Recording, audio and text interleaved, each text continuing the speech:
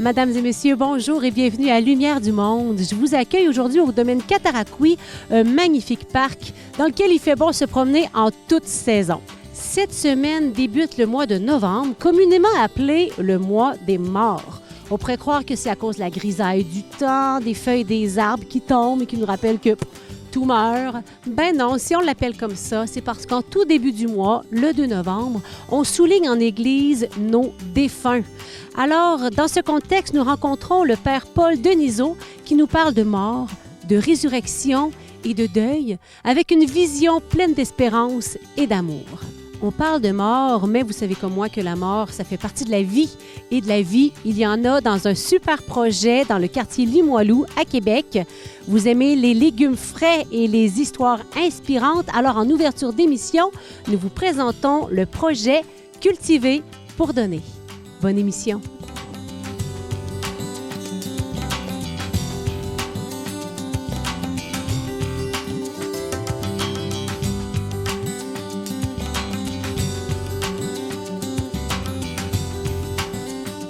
Cultiver pour donner, c'est l'idée géniale de M. Jacques Bilodeau, un diacre permanent qui s'est laissé inspirer par le pape François et son encyclique Laudato Si.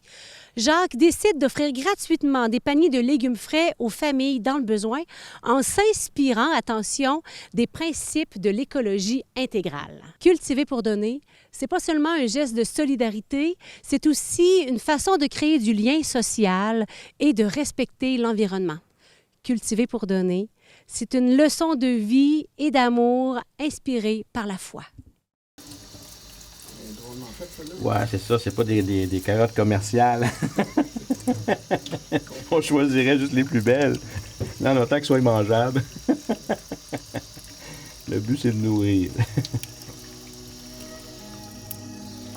C'est des rendre présentables un peu quand même, mais déjà que ça sent bon, ça sent le frais. Faut pas que les trous soient creusés parce que c'est comme ça que ça commence, fait que c'est bien à parler. Faut que je m'en reprenne. Mais j'ai beaucoup de maladies de poireaux depuis une couple d'années. Là. J'ai beau essayer, je les ai ressemés. Là, ils sont durs pour être arrosés aussi, mais je suis venue hier, mais ça, c'est les oignons qui vont très bien. Il se passe plusieurs choses ici, dont un des programmes s'appelle Cultiver pour donner, qui existe depuis 2015. Moi, comme je dis, mettre une petite graine puis voir pousser ça, ça me fait du bien. D'ailleurs, quand j'ai rencontré Jacques au Patro, j'étais dans un creux de vague dans ma vie. Puis c'est comme arrivé là, puis il fallait que ce soit là, puis c'est là que j'ai appris. Eh bien, on a pensé pouvoir à la fois protéger l'environnement et distribuer des paniers de nourriture fraîche, légumes, fruits et fines herbes à partir des jardins que nous avons à des familles et des ménages moins favorisés que nous. Mais j'aime ça. On le fait avec amour aussi. C'est, quand on aime ça, faire quelque chose, on le fait dans ce temps-là. Puis en plus, je pense que ça me rend utile. Ça rend utile à quelqu'un de savoir que ça va à des gens qui ça leur fait du bien. Puis, tu sais, je veux dire, eux autres, peut-être qu'ils ne mangeraient pas de tomates. C'est bon pour l'âme à ceux qui les reçoivent et à ceux qui le font. Les ménages et les bénéficiaires des paniers de nourriture que nous offrons sont souvent, depuis quelques années, des familles immigrantes, nouvellement arrivées ici, souvent des familles colombiennes, souvent des familles haïtiennes ou africaines, qui arrivent ici connaissant peu de gens. Alors on devient comme une personne contact. Et puis les paniers de légumes fruits nous permettent de mieux les connaître et de commencer l'insertion dans la communauté. J'étais bénéficiaire des paniers, fait que ça m'a venu me chercher parce que moi j'ai dit, oh, il y a des gens qui travaillent pour me donner un panier à chaque semaine. Puis, dans un moment donné, je dis, OK, je vais retourner ça que j'ai reçu dans ce moment-là. Puis, c'est mon fils aussi qui aime être dehors, puis partager avec les autres, faire partie d'une communauté. Et ça, c'est ma motivation. On devrait normalement ajouter un petit peu d'eau pour développer les bactéries plus facilement, puis ensuite recouvrir ça de feuilles mortes. Hein? Mais on n'a pas d'eau. Ici, c'est le jardin, un des jardins de Cultiver pour donner, qui se trouve chez la famille Myriam Providence dans Limoilou. Alors, ce qu'on est en train de faire, c'est le début de saison, c'est-à-dire de préparer le terrain pour accueillir les semis puis les transplants qu'on va faire un petit peu plus tard. Et ça va être aussi en même temps bourré de fleurs. Je suis en train de faire le ménage des fines herbes parce qu'il y a beaucoup de mauvaises herbes qui ont poussé dedans. Puis plus on fait le ménage, mieux on fait le ménage au début, moins on a de problèmes pendant l'été. Ça vaut la peine de le faire bien au début. C'est un projet qui est juste du bon. C'est-à-dire que on est dehors, on est avec des gens qu'on aime, on fait de quoi qu'on aime, puis ça sert à des personnes qui en ont besoin. C'est gagnant, gagnant, gagnant, gagnant, partout, partout. Chaque année, l'équipe est un peu différente, fait qu'on connaît des nouvelles personnes chaque année. C'est ça. Puis quand on fait la livraison des paniers, moi, quand l'année est plus avancée, là, je m'occupe de laver les légumes pour faire les paniers le samedi matin. Ça fait que, puis des fois, je vois les gens qui viennent chercher leur panier. Il y en a quelques-uns qui viennent chercher leur panier. Ça fait que c'est juste du bonheur. Oh, j'ai le reste!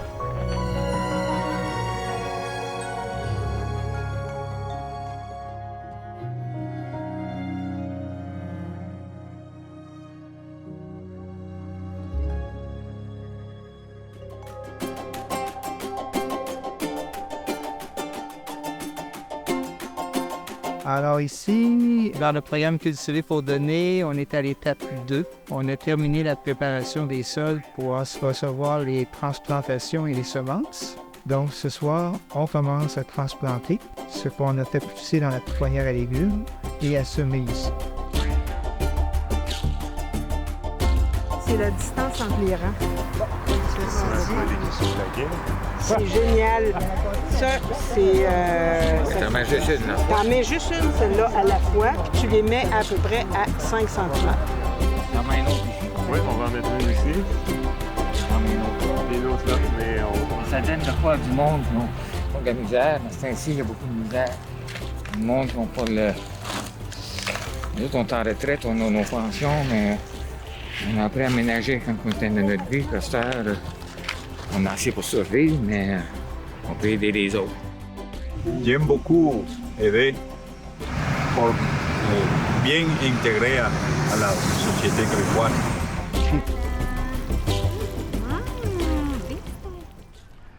Là, on est dans les bonnes récoltes de l'année, puis dans la période où on réensemence pour l'automne, comme épinards, radis, etc. En fait, plus la nature va nous prolonger ça, puis plus ça risque d'aider les familles longtemps. On a eu une température assez exceptionnelle cette année, hein. Il y a plu quelques fois. Ça a eu des répercussions sur le jardin, mais le cœur des jardiniers étant là, ça replace tout, puis on repart. C'est au moins la 3e récolte qu'on fait dans ce rang-là. Ils ont des drôles de formes des fois, mais c'est bon pareil. Les gens, même si cette année les paniers sont plus petits, parce qu'il y a tellement plu que les récoltes sont relatives, mettons, mais les gens se disent pas que les paniers sont plus petits que l'année passée. C'est pas vrai du tout. J'ai posé des questions, moi ça me dérangeait, là. Puis non, ils sont contents. Comme dit Jacques, il y a des madames qui ouvrent le sac quand ils vont les porter pour voir c'est quoi la surprise cette semaine. Parce qu'ils ne savent jamais ça va être quoi les fines herbes, ça va être quoi exactement le choix qu'ils vont avoir de la variété dans leur panier. Ça fait que non, les gens sont contents, sont reconnaissants, sont pas dans la critique du tout. Ça fait que c'est très agréable.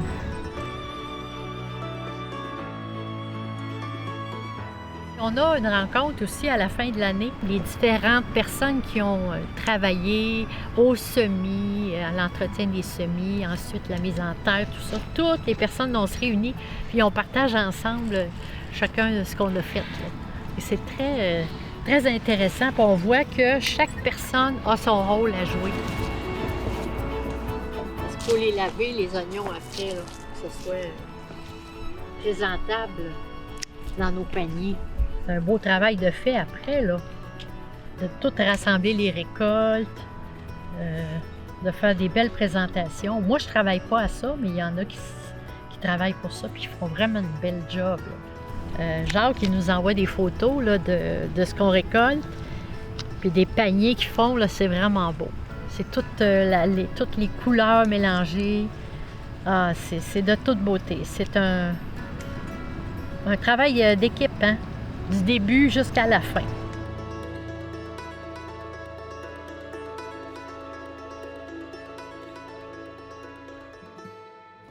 On prépare les paniers pour les personnes, les ménages et les familles moins favorisées que nous. Alors là, ce matin, on va essayer d'en préparer entre 12 et 15. Et comme on est dans les bonnes récoltes, il y a des chances qu'on y arrive. Pour ça, il y a des gens qui nous amènent de leur propre jardin. Fait qu'ils font des cadeaux en plus. Fait que ça nous aide, bien sûr. En fait, pourquoi je m'implique dans le projet Cultiver pour donner, c'est parce qu'il y a à peu près 5 ans, Jacques et Christiane avaient présenté leur projet lors d'une journée à la Templée diaconale. Ça m'avait beaucoup touchée de voir tout le bien que ça faisait finalement pour des familles démunies. Puis c'est ça. Depuis ce temps-là, j'ai décidé de m'y engager parce que j'ai mon propre potager. Je partage la moitié de mon potager avec le projet. Puis le samedi matin, c'est quelque chose de gratifiant de voir que petit à petit, les paniers se font. Puis après ça, la distribution, on sait que ça va directement à des personnes qui en ont besoin. Donc pour moi, c'est une valeur de partage importante, tout simplement. Puis ça me touche. D'y contribuer, de donner du temps, c'est quelque chose d'important pour moi. Je pense que la première valeur qui me motive, c'est la valeur de la gratuité. Puis c'est aussi des valeurs de foi. Le fait de pouvoir à la fois protéger l'environnement, avoir des liens privilégiés avec les personnes. Quand je parle des personnes, je parle de tous les bénévoles également, pas seulement des bénéficiaires. Puis aussi, on le fait au nom de notre foi chrétienne, ça c'est clair, en recevant toute la création comme étant un cadeau. Celui-ci, on a mis de la bête à carne, du persil, des carottes, des cerises de terre, des tomates, de la marjolaine panachée. Ici, il y a un pâtisson. Il y a des haricots mauves et des jaunes.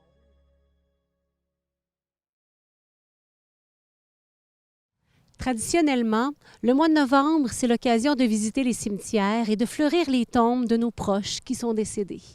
Mais comment vivre le deuil, la mort, avec un regard d'espérance et d'amour? C'est ce que nous allons découvrir dans ce reportage où nous écoutons le témoignage du père Paul Denisot, un prêtre qui accompagne les mourants et leurs familles. Il nous invite à aimer sans crainte et surtout à croire que l'amour de Dieu est plus fort que la mort. Certaines personnes sont moins à l'aise de se promener dans les cimetières. Après tout, on y enterre les morts, alors que chez d'autres, cela exerce une certaine fascination. Aujourd'hui, j'ai donné rendez-vous au père Paul Denisot, qui est de passage au Québec. Le père Paul, il est recteur au sanctuaire de Montligeon, en Normandie. C'est un sanctuaire de prière mondiale pour les défunts. Alors, qui de mieux que lui pour parler de la mort, de la résurrection, de la vie après la mort, de l'accompagnement dans le deuil? On va le rencontrer. L'au-delà, ça peut fasciner, la mort inquiéter. Dites-moi, qu'est-ce que vous en pensez, vous, de ces sujets-là? Alors, vous avez raison, la mort inquiète, et tellement elle inquiète en Occident, dans nos pays, que ce soit, je pense, au Canada ou en France, qu'on la cache. C'est une question dont on ne parle plus, alors que pourtant, elle arrive. S'il y a une chose dont on est certain, c'est qu'on va tous mourir. Qu'on soit riche ou pauvre, là-dessus, on est tous égaux.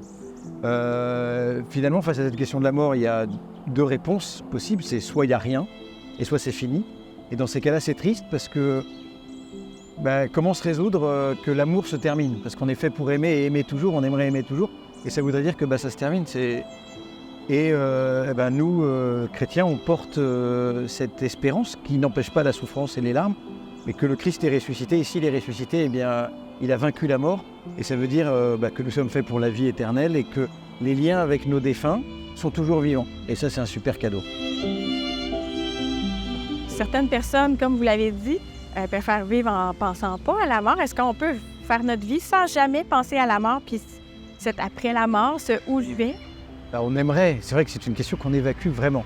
En Occident, parce que je vais souvent en Afrique, je suis allé en Inde. Là, la question de la mort, elle fait partie de la vie. Elle est très prégnante. Nous, on essaie de ne pas y penser, mais pourtant, elle revient toujours. La preuve, c'est qu'on perd un être cher. Tôt ou tard, on perd quelqu'un qu'on aime. On perd un grand-parent, un grand-père, une grand-mère, un parent. Et tôt ou tard, on est affronté à cette question de la mort. Soit celle de ceux que nous avons aimés, soit la nôtre. Donc, oui, on peut essayer de ne pas y penser, elle nous rejoindra toujours.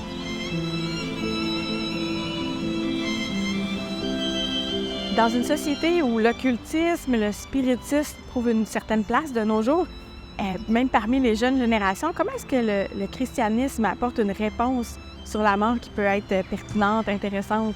Alors, ce qui est intéressant dans toutes ces questions d'occultisme, c'est qu'en fait, on cherche à voir si les liens avec les défunts sont encore vivants. Et il y a ça, cette recherche du cœur de l'homme de se dire c'est pas possible que l'amour soit terminé, que ce soit fini. Et en fait, la foi chrétienne, elle ne parle pas de communication avec les morts, parce qu'elle ne dit pas que les morts sont dans les parages, mais elle parle de communion des saints, c'est-à-dire que la proximité avec les défunts est encore plus forte. C'est-à-dire que dans la prière, dans la foi, je crois que ce lien d'amour continue de grandir avec ma grand-mère que j'ai beaucoup aimée. Eh bien, en pensant à elle, en priant pour elle, en faisant le bien pour elle, je peux continuer à faire grandir ce lien d'amour et qu'il ne se termine pas avec la mort. Et ça, c'est une très bonne nouvelle. Et beaucoup de jeunes me disent « mais personne n'est revenu de la mort ». Eh bien moi je crois que si. Justement, nous confessons que Jésus est mort et qu'il est ressuscité et qu'il nous montre que la mort n'est pas la fin de tout. Au contraire, elle est le lieu de la rencontre avec l'amour.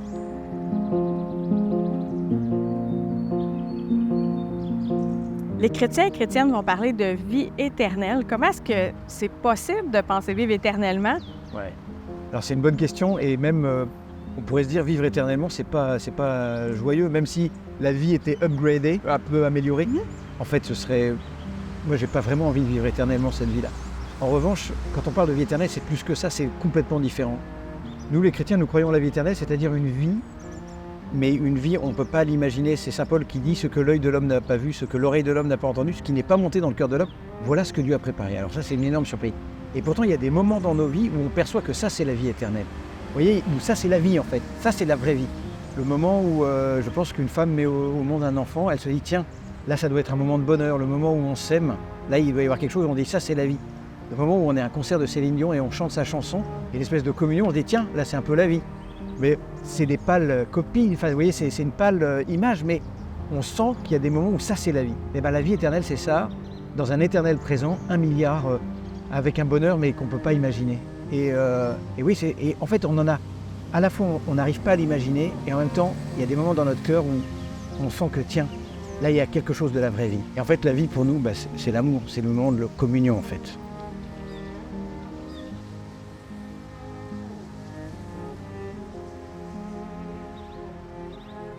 Pourquoi est-ce qu'on prierait pour les gens décédés? Après tout, tu sais, ils sont déjà partis. Est-ce que ça peut vraiment changer quelque chose? C'est une question que beaucoup se posent. Et en même temps, dans le cœur de l'homme, dans toutes les civilisations, on prie pour les morts. En Égypte, il y a tout un rituel. Dans les civilisations africaines, on prie pour les défunts. Et même les Juifs ont prié pour les morts. C'est dit dans le livre des Maccabées. Et les chrétiens, dès l'Antiquité, ont prié pour les défunts. Ça veut dire qu'on a cette intuition qu'on peut encore faire quelque chose pour eux. Et nous, les vivants, on peut aider les défunts par notre prière. Et si vous voulez, c'est quelque chose de très beau parce que beaucoup de gens viennent à mon mission en me disant c'est trop tard, j'aurais voulu demander pardon à mon père ou j'aurais voulu lui dire merci. Ou alors Céline Dion qui chante cette chanson, en tout cas en France elle fait un tabac, c'est j'aurais aimé parler à mon père. Oui. Et bien en fait, nous croyons que dans la communion des saints, on peut encore faire quelque chose et dire voilà, papa je te demande pardon, mais dans cette prière au Seigneur, Seigneur, dis à mon père que je lui demande pardon ou dis que je lui pardonne, et ça c'est encore possible. Et non seulement c'est possible, mais ça peut l'aider dans une étape de purification après la mort, justement pour ouvrir davantage son cœur à l'amour de Dieu et pour entrer dans la vie éternelle.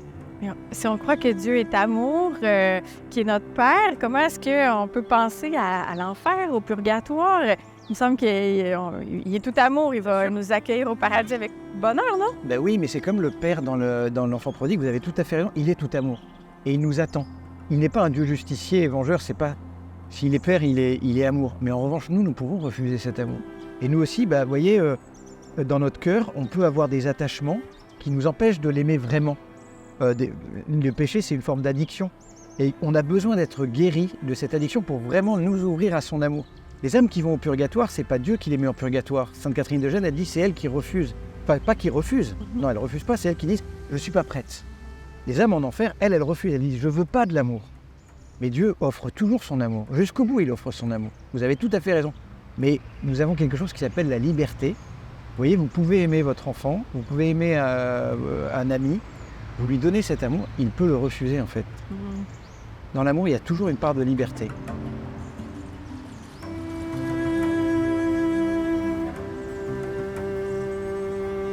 dites-moi en quoi la résurrection du Christ elle peut nous apporter une réponse aux doutes, aux interrogations, aux questions que les gens portent. Alors la résurrection, beaucoup me disent, mais personne n'a traversé la mort, personne n'en est revenu, d'où tu peux parler de la vie éternelle? Alors moi, je ne suis jamais allé au paradis, ni je ne sais pas ce que c'est que... Enfin, je n'ai pas vu le purgatoire ni l'enfer. En revanche, nous croyons que Jésus est mort et qu'il est ressuscité. Et notre espérance d'abord, c'est que dans la mort, nous ne sommes pas seuls parce que le Christ l'a traversé et que même dans la mort, il est là. C'est-à-dire qu'il nous attend, il nous rencontre. Et ça, se dire que nous allons à la rencontre de quelqu'un, c'est une bonne espérance. C'est Sainte Thérèse de l'Enfant Jésus qui disait, c'est pas la mort qui viendra me chercher, c'est le bon Dieu. Vous voyez, c'est quelqu'un. Donc ça... Et ensuite, de nous dire, si le Christ est ressuscité, alors notre foi est vraie. Alors ça veut dire que tout ce qu'enseigne l'Église sur la vie éternelle est vrai. S'il n'est pas ressuscité, alors dans ces cas-là, mangeons et buvons, dit saint Paul, parce que demain nous mourrons. S'il n'est pas ressuscité, je ne vois pas quel est le sens d'aimer, parce que de toute manière, je vais perdre ceux que j'ai aimés. S'il n'est pas ressuscité, je prends de la drogue, je vais en boîte de nuit et je m'éclate. Si en revanche, il est ressuscité, ça veut dire que ma vie a un sens, que je suis attendu, que mes défunts m'aiment et que l'amour est plus fort que la mort. Et ça c'est quand même la grande nouveauté. Enfin, c'est le cœur de notre espérance. Quelle parole d'espérance on peut apporter à quelqu'un qui vit un deuil? Alors à Montlégion, on accueille des personnes en deuil toute l'année. Et avant d'apporter une parole d'espérance, le plus important, c'est d'écouter et de permettre à la personne en deuil de parler de ses défunts. Parce que beaucoup, vous voyez, au bout de 6 mois, on leur dit « c'est bon », ou au bout d'1 an, c'est bon, le deuil est fini. Alors qu'en fait, quand vous avez aimé une femme, un mari, un enfant, en fait, vous aimeriez tellement en parler. Et parfois, les gens sont gênés d'en parler. Alors d'abord, la première chose, c'est qu'est-ce qui te manque? Qu'est-ce que tu as envie de pleurer aujourd'hui? Et c'est d'abord ça. Ensuite, c'est si la personne demande, mais voilà, de redire, nous croyons à la vie éternelle. Et il y a cette espérance que, nous allons le retrouver, la personne que nous avons aimée, et même que le lien d'amour maintenant est vivant. Et que aujourd'hui, même si je souffre de son absence, je ne l'entends plus, je ne le sens plus, en revanche, je crois que ce lien d'amour continue de grandir par-delà la mort. Et ça, c'est très réconfortant. Ça n'empêche pas les larmes, ça n'empêche pas vraiment la souffrance de l'absence, mais de me dire, cette relation, elle est toujours vivante. Au Québec, il est possible d'obtenir l'aide médicale à mourir, une forme d'euthanasie. Dites-moi, quelqu'un qui songe à peut-être terminer sa vie un peu avant sa fin naturelle, qu'est-ce que vous lui diriez? Alors nous aussi, on parle beaucoup de l'aide médicale à mourir, qu'on appelle beaucoup suicide assisté en France. D'abord, je dirais que il y a plusieurs choses. D'abord, je dirais que c'est une tentation de nos pays riches, en fait. Ça me touche beaucoup dans des pays riches où on a du mal à accompagner la fragilité et la vulnérabilité. Je comprendrais aussi que parfois on n'en puisse plus. Moi, mon père a eu un long cancer et je me souviens, un jour, c'est ma mère qui me racontait ça. Un jour, il a dit à ma mère, je veux mourir, je veux mourir, je veux mourir. Elle n'en pouvait plus de se battre contre la maladie, de son état de dépendance. Ma mère est arrivée avec tous les grands médicaments, là, les trucs un peu costauds. Elle lui a posé sur le lit, elle lui dit, vas-y tout seul. Là. Il l'a regardé, il a fait, allez, range ça. Et en fait, parce qu'il y a des moments où on n'en peut plus, mais c'est pas pour autant que c'est un appel justement à mourir. C'est plutôt un appel à vivre, en fait, quand je dis j'en peux plus. Et puis, moi, je vous avoue, on accueille beaucoup de personnes qui ont eu des proches qui sont morts dans ces contextes-là d'aide médicale à mourir, de suicide assisté, pas en France, mais autour, et qui viennent et qui sont très marqués par une forme d'amertume et de désespoir. Parce qu'en fait, en fin de compte, même si ça a été préparé, même si finalement c'est la mort qui a eu le dernier mot, et ça laisse parfois une culpabilité telle qu'il y a des personnes qui se suicident à leur tour. Je l'ai vu beaucoup à Montlégion, ça. Alors que, moi je parlerai plutôt, d'abord je l'écouterai sur ses intentions, cette personne, mais je lui parlerai des soins palliatifs et aussi des choses magnifiques qui peuvent se vivre en fin de vie. Parfois, je me souviens d'un homme qui a voulu tout remettre en règle, qui était loin de l'église après 40 ans, qui s'est dit voilà, je vais mourir, et qui s'est préparé. Et en fait, sa femme qui était très révoltée par l'église, elle a vécu en fait ses derniers moments, elle me dit, ça a été à la fois douloureux et en même temps il y a eu quelque chose de la lumière, justement parce qu'elle a pressenti que dans cette mort, dans cette fin de vie naturelle, la vie et l'amour pouvaient avoir le dernier mot. Donc voilà, je parlerai peut-être de ça en fait, de ce que ça laisse dans le cœur des vivants. Est-ce que c'est possible de se préparer, de bien se préparer à notre mort? Des fois, on entend ça, hein? Il y a des gens qui vont prier pour une belle mort, une bonne mort, puis de se préparer aussi à celle des gens qui nous sont proches, qu'on aime. Oui, alors on le demande, la préparation, la grâce d'une bonne mort. Je pense que la grâce d'une bonne mort, elle se décide, enfin, elle se vit maintenant en fait. On demandait à Dominique Savio, qui avait 11 ans et qui est mort jeune, on lui disait si tu devais mourir dans 5 minutes, qu'est-ce que tu ferais? Il répondait je continuerai à jouer. En revanche, je pense que se préparer à la bonne mort, c'est d'aimer. C'est-à-dire qu'aujourd'hui, si j'ai des griefs avec des gens que j'aime, eh bien le pardon. Même si j'ai du mal à pardonner, dire écoute, j'ai du mal à te pardonner, mais je veux te pardonner. Vous voyez, en fait, la bonne mort, elle se prépare dans tous les actes d'amour qu'on pose aujourd'hui. Et effectivement, se dire aussi, si je mourais aujourd'hui, est-ce que mon cœur est prêt? Moi, j'ai été très marqué. À Paris, il y a un jeune prêtre qui est mort d'un cancer terrible après, qui a écrit un testament spirituel. Et moi, je me mettais de temps en temps, en pensant à lui, je me disais, mais si ça m'arrivait, est-ce que j'aurais le cœur large? Est-ce que j'aurais le cœur ouvert? Ou est-ce que je me fermerais? Voilà. Et donc, je pense que la meilleure manière de se préparer à la mort, c'est d'aimer. Et ça, on peut le faire maintenant. Et tout le monde peut le faire. Quand on passe à la mort, moi je pense, avant de penser à la mort, je pense à l'espérance. Et justement au fait que rien n'est plus fort que l'amour. Effectivement, la mort n'empêche pas et la peur de la mort, et en même temps, donc ça n'empêche pas les larmes, ça n'empêche pas de pleurer ce que nous avons aimé. Mais en fait, ce qui est beau c'est que pour nous, la mort, c'est l'entrée dans la vie éternelle, et c'est justement c'est cette espérance que la vie et l'amour ont le dernier mot. Donc non, c'est pas contre-intuitif, c'est au contraire, je pense que c'est boostant. Voilà. Je sais pas si on dit ça en québécois. Boostant. Stimulant. Oui, c'est stimulant. Ça donne du boost. Ça donne du boost. Parfait. Ça donne du boost. Et merci beaucoup.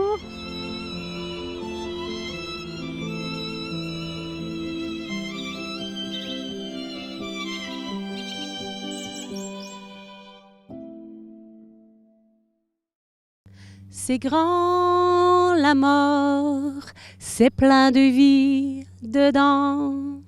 Je vous laisse avec ces paroles de notre cher Félix Leclerc pour qu'on se rappelle que la mort, ce n'est pas le dernier mot de la vie. Et comme saint Paul le dit dans la lettre aux Thessaloniciens, Jésus, nous le croyons, est mort et ressuscité.